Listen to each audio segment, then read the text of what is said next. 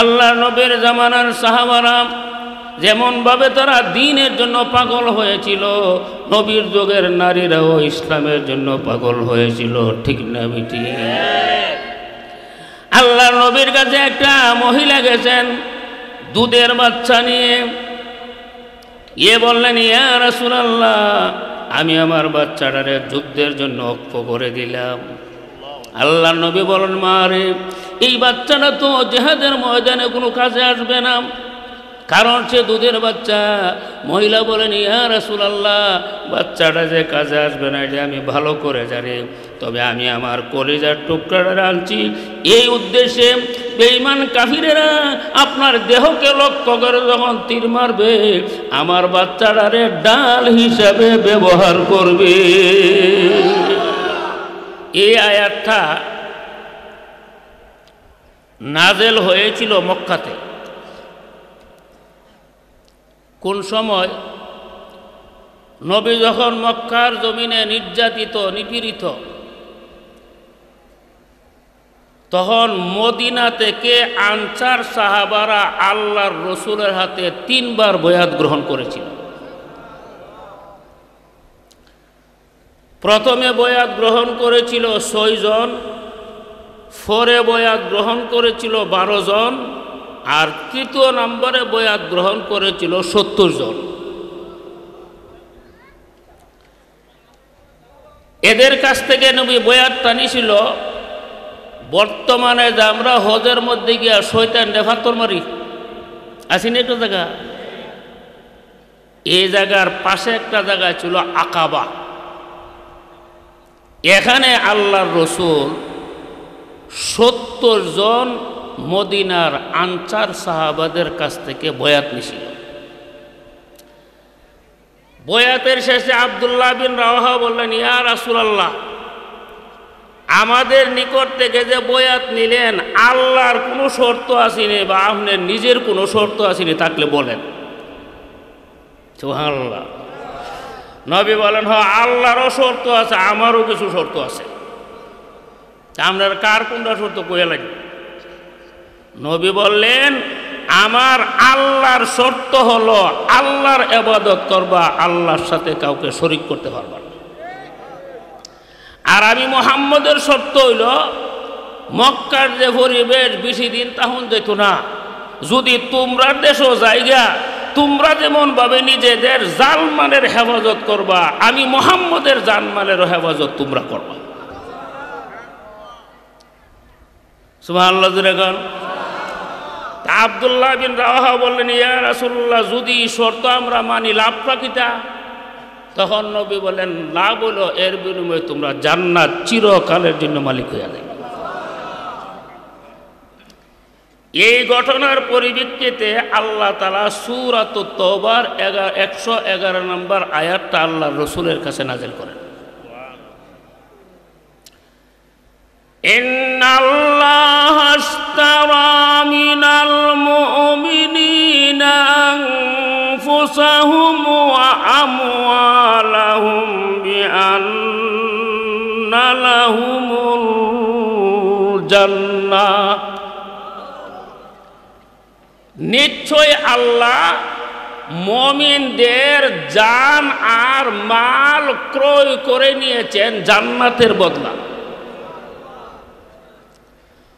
মুমিনরা দিব আল্লাহরে 2টা আর আল্লাহ দিব মুমিনরারে 1টা।